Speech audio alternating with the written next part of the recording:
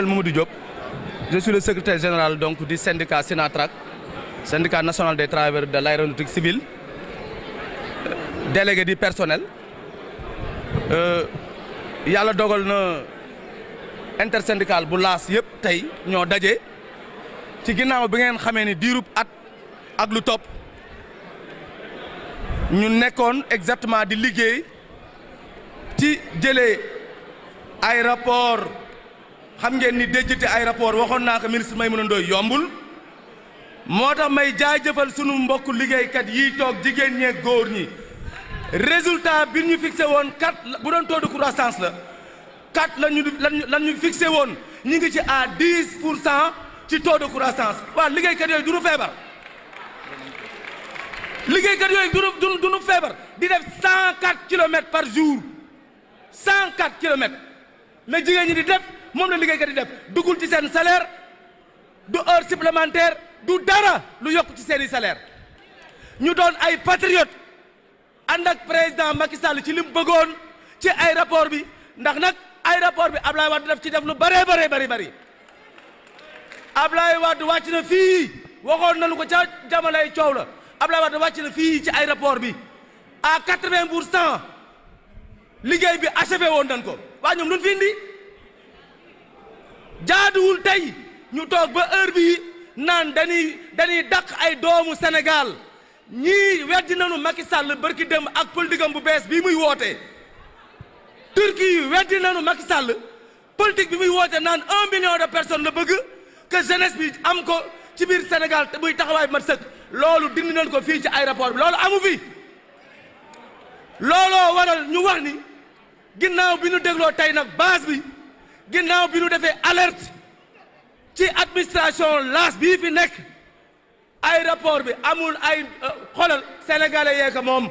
RDA moo ko tabax yàgg nañ ko wax tey yàgg nañ ko wax ëllëg mais jàpp naa ne Macky Sall buñ ko naxee ci aéroport bi leen ko nax li wóor ba wóor mooy ñun waxuñu ni dañu yeewu suba pour demander leen ndax fii état moo leen fi ni 65 milliards lañ fi indi woon 65 milliards yooyu soo duggul ci aéroport bi ba léegi nii am na ci loo xamante ni dañuy loué oto dañu loué lépp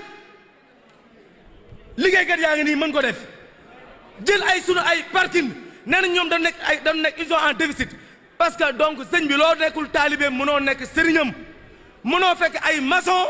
nga jël leen di leen jox gestionnaire u aéroport na état du Sénégal seet li muy def su amee fu ñuy corriger ci Sénégal su amee donc accélération bu ñuy wax accélération de cadastre fii la war a amee ci aéroport bi na état bi gaaw ci arbitrage bi ñoo ngi demandé bu fekkee am nañu ministre nanu dégg ni na yëg ni moom it ñu ngi koy wax ni ko secteur bi booba ak léegi la paix sociale est garantie parce que ñun ñoo ci tegoon suñu tànk léegi nag élection jeex na kenn dootu wax ñu ay partisan am na fi ndax bu ñu yëngatu woon naroon nanoo yëngatu ca période campagne bi ñuy bañ ñu féetale ñu jox ñu couleur ak mbubb kon état du Sénégal na delluwaat mu seetaat bu baax a baax ginnaaw ñi mu lëkkalooloon nee nañu ay la yëwan sooxe nanu toqi nanu mënatuñu dem ba mu jaral leen ñu bëgg di forcer ay liggéeykat nit ku liggéey def 15 ans de service 20 ans de service nga yeewu un bon jour rek ak sacrifice yi ñuy def yëpp di xëye Ndakaaru xam ngeen ni jas yéen journalistes yi ñun bu njëkk bu doon def lu mel nii waa Dakar dafay nekk waaye fii xam ngeen ni Thiès la bokk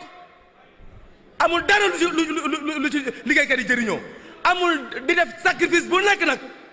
defuñu ko ngir étranger yi dan ko def ngir sunu réew dan ko def ngir sunu budget bi ñoo ko moom. commencé nañu yaa lu am na lu mat 20 et quelques personnes yoo xamante ni woo nañ leen yaa 12 yoo xamante ni woo leen pour forcer leen pour ñu dem ba laas créé juddoo ba léegi boo nu laajee lan mooy challenge laas ñun la pousser les sénégalais ñu dem chômage ba laas créé ba mu amee ba léegi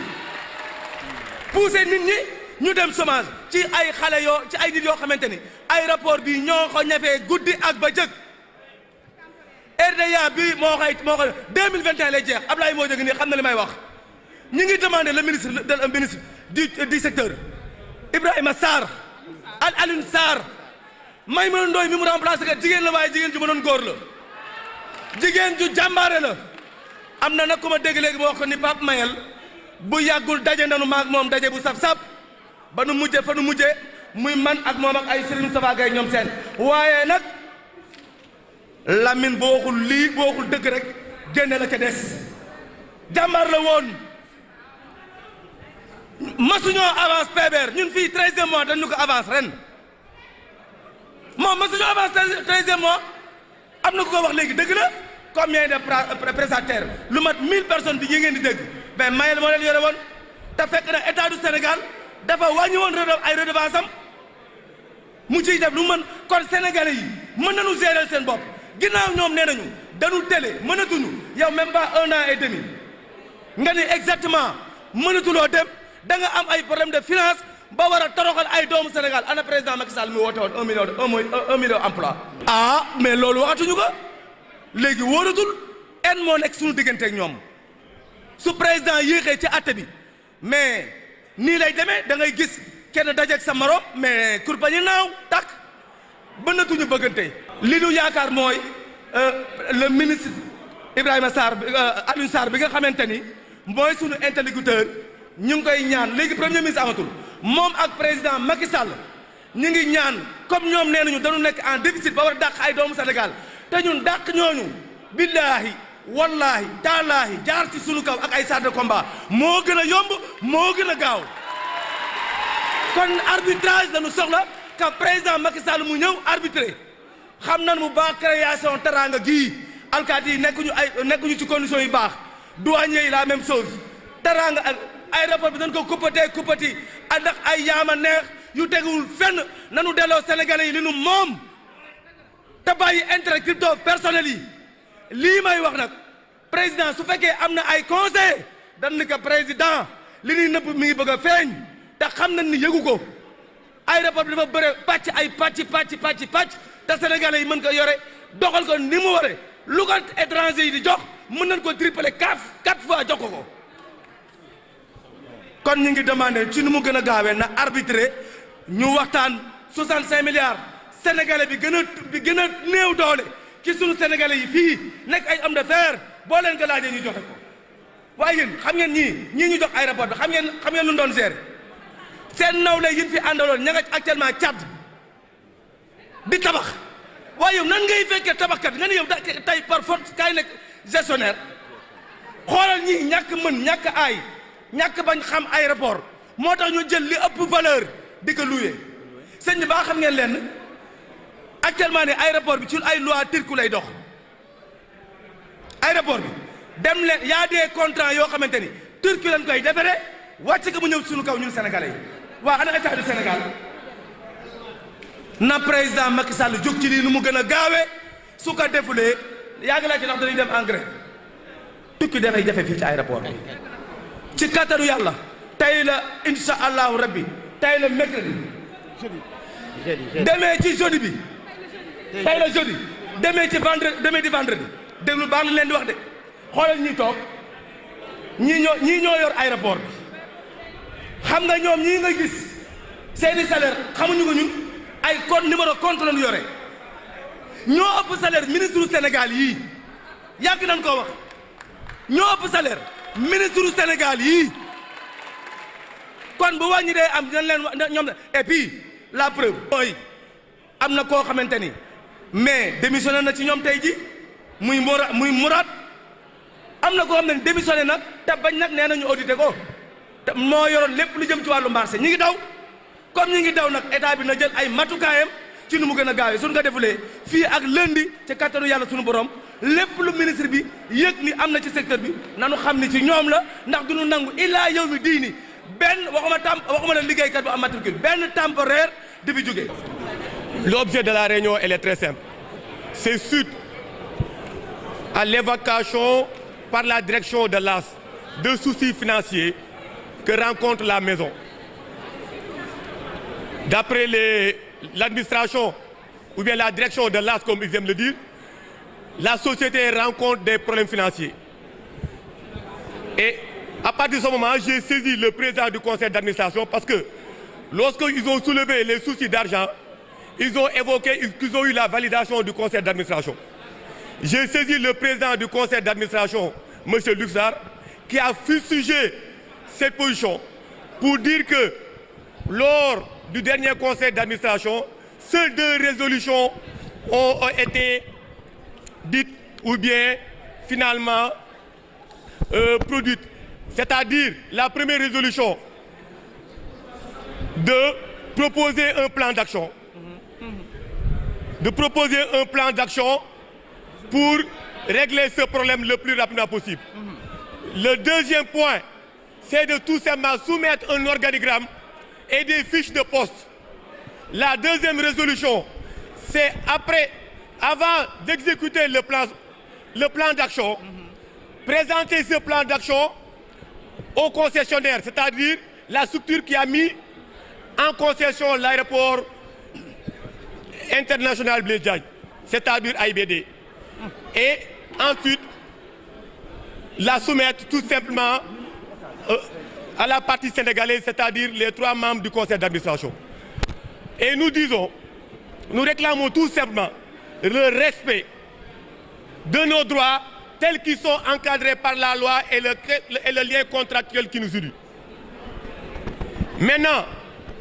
nous allons plus loin. Parce que je me dis que lorsque tu soulèves des soucis d'argent, il faut que tu sois capable de fournir des états financiers et des objectifs précis par rapport à cette démarche. Tel n'a pas été le cas jusqu'à présent. Et je rappelle à ces messieurs que ce sont ces vaillants travailleurs qui sont derrière moi, qui ont permis de mobiliser les fonds, qui ont permis de construire cet aéroport et qui ont permis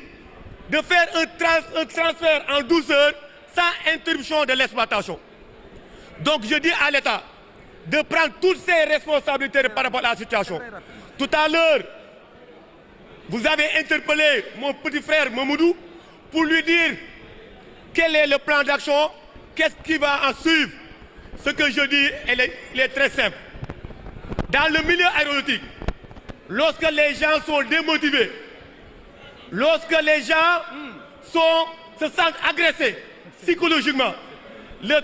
à partir de ce moment, on peut dire que nous sommes en grève. Parce que le travail va se sentir tout simplement réduit. Donc je dis que nous allons épuiser toutes les voies de recours. C'est-à-dire nous avons rencontré le directeur général de l'AS qui a demandé d'interrompre incessamment toutes les auditions. Nous nous affaiblissons par rapport à cette démarche pour l'instant. Mais nous allons continuer le combat. Nous allons rencontrer M. le ministre Alioune Sarr pour qu'il se prononce sur ce dossier. Très rapidement. Parce que on ne peut pas comprendre. Nous sommes dans un pays de droit. Nos droits qui ont été bafoués sont très simples. On a auditionné des travailleurs et je pense que le Code du travail, vous êtes censé connaître que le Code du travail interdit tout simplement d'harceler des travailleurs. C'est interdit par le Code du travail. Prenons du licenciement parce que d'ici le 30 juin, il y a des contrats qui vont arriver à terme, c'est-à-dire le contrat des contractuels, des contrats à durée déterminée.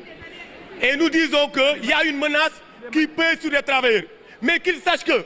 nous allons nous battre et nous n'accepterons pas qu'aucun travailleur ne quitte le bateau. Nous en avons discuté, mais il y a des discussions qui se passent au niveau du conseil d'administration. Qui ne se passent pas, ce n'est pas des questions de management. C'est des questions qui se passent au niveau du conseil d'administration.